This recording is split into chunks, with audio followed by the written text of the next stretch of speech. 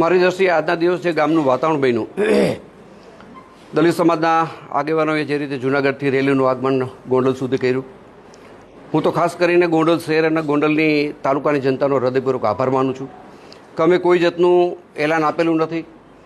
આમ છતાંય સ્વયંભૂ ગોંડલ શહેરે અને ગોંડલ તાલુકાએ જે રીતે બંધ પાડ્યું, જે રીતે અમને સમર્થન કર્યું અને શાંતિપૂર્ણ ગામ બંધ રહ્યું, એના માટે હું ગોંડલની જનતાનો, ગોંડલ તાલુકાની જનતાનો હૃદયપૂર્વક આભાર માનું છું.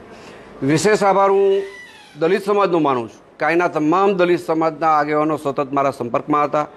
દલિત સમાજના આગેવાનોએ મને ખુલ્લું સમર્થન કર્યું. દલિત સમાજના મને જાણવા મળ્યું દલિત સમાજના આગેવાનો આજની રેલીમાં જોડાયા પણ નથી, એમનો પણ હું વિશેષ આભાર માનું છું. અને ખાસ કરીને ફરીથી મારી જનતાનો, ગોંડલ અને શહેરની જનતાનો હૃદયપૂર્વક આભાર માનું છું. અને જે રીતે ગોંડલનું વાતાવરણ, જે ભાઈચારાનું વાતાવરણ છે, આ વાતાવરણ કાયમી બનશે. અને આના માટે મારો પરિવાર જે રીતે મને જે રીતે પરિવારની જે રીતે પારિવારિક હૂંફ મળે છે સમાજની, દરેક સમાજની, એ રીતે હું અને મારો સમાજ હંમેશા અમારા વિસ્તાર સાથે જોડાયેલા રહીશું. અને ફરીથી હું બધાનો હૃદયપૂર્વક આભાર માનું છું.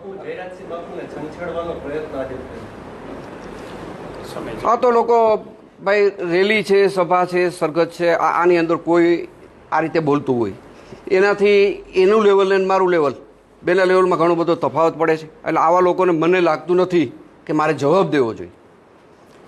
આવતા દિવસોની અંદર જે કાંઈ પ્રેસ મીડિયામાં ચાલ્યું છે એની પણ હું અત્યારે તમને વાત કરું છું, પણ એ તો ગોંડલની જનતા જવાબ દેશે.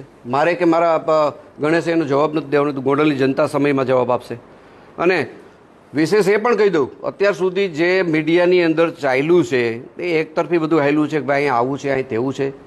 એલાન આપ્યા વગર ગામ જ્યારે બંધ રહે છે, દરેક સમાજનું મને સમર્થન મળે છે, મને દલિત સમાજનું સમર્થન મળે છે, ત્યારે નરી વાસ્તવિકતા તમે બધા પણ મિત્રો જોઈ શકો છો કે ગોંડલની વાસ્તવિક પરિસ્થિતિ શું છે.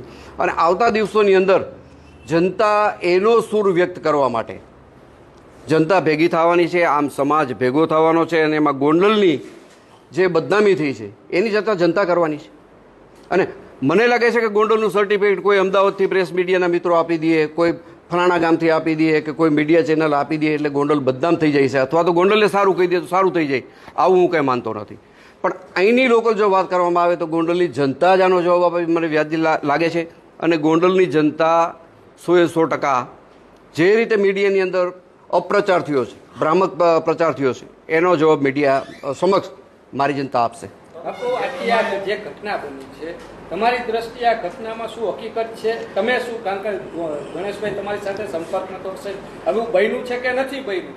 અને ખાસ ન્યાય, મારી દ્રષ્ટિએ જે કાંઈ ઘટના ઘટી છે, આ ઘટના એક આકસ્મિક છે.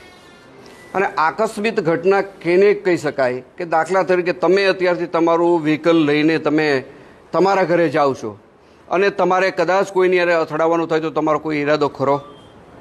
આ ઘટનાને માત્ર ને માત્ર હું આકસ્મિક ગણાવું છું. કોઈ પૂર્વ હજુ તો આની અંદર કાવતરું નથી. જે જૂનાગઢનો દલિત પરિવાર છે એની યારે મારે પારિવારિક કોઈ વાંધો નથી, મારે પેઢી દર પેઢીનું કોઈ વેરઝેર નથી. આ લોકોને હું કોઈને ઓળખતો પણ નથી, ગણેશ પણ એને ઓળખતો નથી. મેં તમને કીધું એમ આ ઘટના માત્ર ને માત્ર આકસ્મિક ઘટેલી છે. બાપુ, આજે જાહેર મંચ પરથી આપના નામજોગ, આપના પરિવારના નામજોગ એક ચેલેન્જ ફેંકવામાં આવે છે કે અમને ભારતીય જનતા પાર્ટી સાથે વાંધો નથી, કોઈ સમાજ સાથે વાંધો નથી, પરંતુ જયરાજસિંહ બાપુ અને પરિવાર સાથે અમને વાંધો છે. આવો વાંધો જો કોઈને મારી હારે હોય તો મને એમાં કાંઈ ફેર નથી પડતો. આવો વાંધો મારી સામે હોય તો મારે એનો કોઈ જવાબ દેવાનો થતો નથી. મારી હારે એવો વાંધો ચાલુ રાખે, મને એનો વાંધો નથી.